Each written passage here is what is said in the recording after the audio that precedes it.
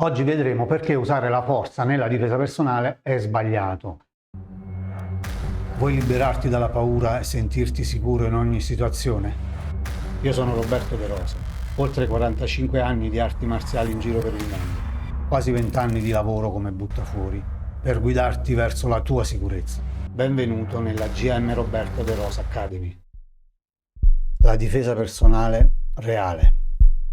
Oggi vedremo perché usare la forza nella difesa personale è sbagliato e vi assicuro che ci sono moltissimi metodi che fondano l'efficacia delle proprie tecniche proprio sulla forza. Per dimostrarvi questo, ovviamente non potendo prendere in esame, non potendo trattare in questo video tantissime tecniche, ho preso come riferimento una delle tecniche molto probabilmente più diffuse e anche più apprezzate sul web, la famosa cover del Krav Maga. Adesso vediamo prima la tecnica, così anche chi non è dentro appunto alle arti marziali, agli sport a combattimento, alle discipline, ai metodi di difesa personale, capisce di cosa stiamo parlando. Quello che avete visto, che per molti sarà familiare, per altri molto probabilmente è la prima volta che l'hanno visto, è la cover del Krav Maga. Cover perché va a coprire nella sua interezza la nostra testa, facendo questo movimento con il braccio sinistro, portando la mano dietro la nuca, coprendo così il lato sinistro, l'altro braccio copre la linea centrale e il lato destro in questa posizione.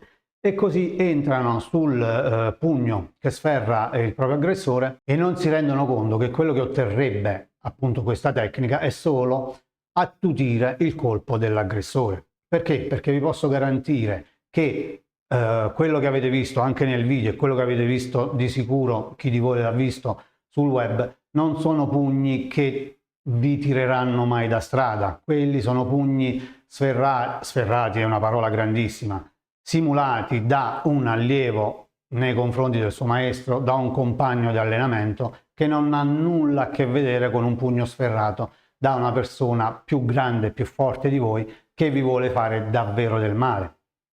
Lì, anche nel video volutamente che avete visto poc'anzi, il pugno, non so se ci avete fatto caso, è tirato a metà, lasciato lì per far proseguire appunto l'altra persona nella sua azione, quindi quella di entrare o quella di colpirci.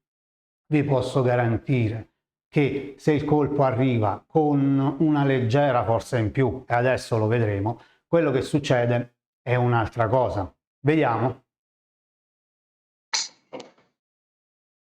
Beh, l'avete visto, mettendo semplicemente un po' di forza in più nel pugno, quello che succede è che scaraventiamo da un lato la persona di fronte a noi, la persona che al 90% sarà più piccola di noi. In questo video ho messo volutamente una persona più grande di me, più pesante di me, proprio per rafforzare quello che vi sto dicendo. Figuriamoci se fosse stato il contrario, dove appunto ciò che succede nella realtà, persona grande che colpisce la persona più piccola, quello che succederebbe sarebbe sicuramente più grave e di quello che ho volutamente, ripeto, mostrato nel video, senza considerare poi il fatto che non faremo molto probabilmente neanche in tempo ad eseguire la tecnica prima che arrivi il pugno dell'aggressore. Però di questo poi ne parleremo in un altro video, dove parleremo appunto di distanze di guardia ed altri argomenti ovviamente correlati.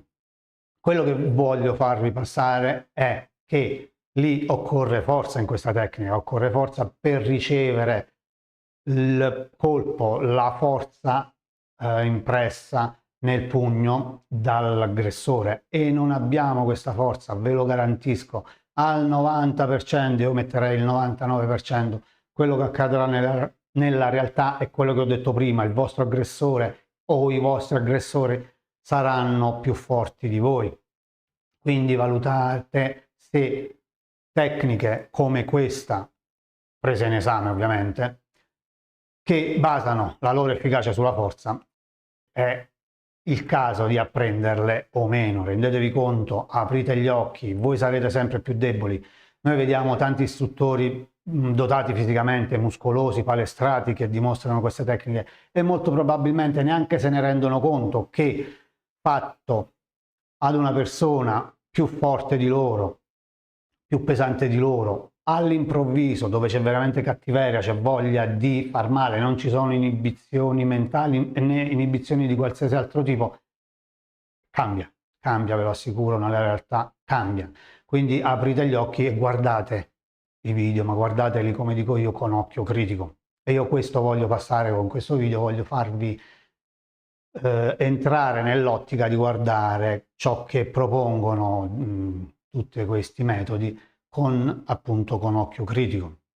Adesso vediamo se, ed è così, non sarà mai diversamente, ve lo assicuro, dopo il primo pugno sferrato che scaraventa l'altra persona da un lato, se poi c'è un proseguo, quindi ci sono altre tecniche e le persone abituate a fare questo da strada, le persone che aggrediscono, non stiamo parlando, vi lo ripeto, lo so, di situazioni banali o situazioni da palestra. Quello che serve a noi è una difesa reale, la difesa da strada, la difesa contro qualsiasi persona, e per qualsiasi intendo dire le persone più grandi. Le persone più piccole è facile, ma vi posso garantire che non vi verranno mai ad aggredire se non accompagnate da altre o da armi.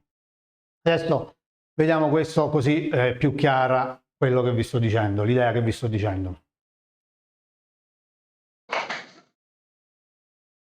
So che molto probabilmente era inutile fare questo ultimo pezzetto di video per dimostrare che dopo il primo colpo ci saranno di sicuro altri colpi, ma l'ho voluto integrare giusto per completezza, perché mi rendo conto che tra di voi ci sono tante persone che sono dentro a qualsiasi disciplina, qualsiasi metodo, e ci sono ovviamente anche persone che si stanno approcciando a questo mondo e quindi non hanno una cultura in merito grande. Quindi quello che succede veramente nella realtà è questo: primo colpo, successivamente, immediatamente dopo, altri colpi che non sono quelli che ho fatto io, molto probabilmente saranno molto più confusionari, saranno però di sicuro più forti e incisivi di quelli che ho dimostrato, ovviamente simulando nel video che avete visto. Adesso, come è giusto che sia, vi mostro. Per adesso prendetela per buono, poi farò di sicuro, perché c'è un po' da dire in merito, video sull'argomento specifico, quindi avremo il tempo di valutare tutte le peculiarità della tecnica, tutte le cose che ci sono intorno nella sua interezza. Per adesso, come dicevo prima, prendetelo per buono, guardate semplicemente la semplicità del nostro colpo, che andrà a fermare la fase offensiva del nostro aggressore, e lo spostamento che renderà la forza impressa dall'aggressore, appunto, molto meno potente. Guardiamo.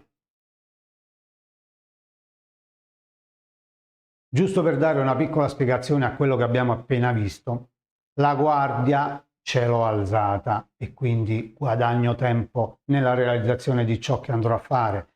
Mi sposto da un lato opposto all'attacco dell'aggressore, prendendo anche lì tempo in più. Vado a colpire gli occhi dove non mi serve forza e dove non mi interessa minimamente la corporatura di chi ho di fronte, perché otterrò sempre lo stesso risultato. Ma vi ribadisco, ne parleremo bene per intero in un altro video. Non mi rimane che ringraziarvi e ricordarvi di mettere un bel mi piace e di seguire la pagina se vorrete venire a conoscenza degli altri video che sono in programma. Scrivete nei commenti ciò che vi farebbe piacere che venga trattato, o scriveteci in privato. Vi rimando al prossimo video.